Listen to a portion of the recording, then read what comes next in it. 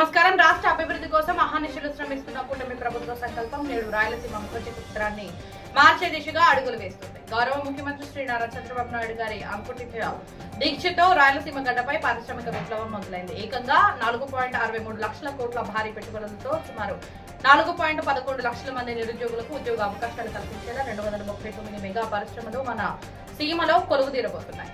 ఈ అద్భుత ప్రగతి ప్రస్థానంలో భాగంగా ఈ రోజు మే 15వ తేదీన ఒక చారిత్రాత్మక ఘట్టం ఆవిష్కృతం కానుంది.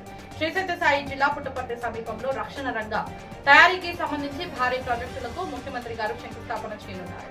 దేశ రక్షణలో కీలకంగా మారిన డిఫెన్స్, ఏరోస్పేస్ మరియు డ్రోన్ టెక్నాలజీ రంగాలకు చెందిన దిగ్గజ సంస్థలు ఇక్కడ తమ యూనిట్లను ఏర్పాటు చేస్తున్నాయి.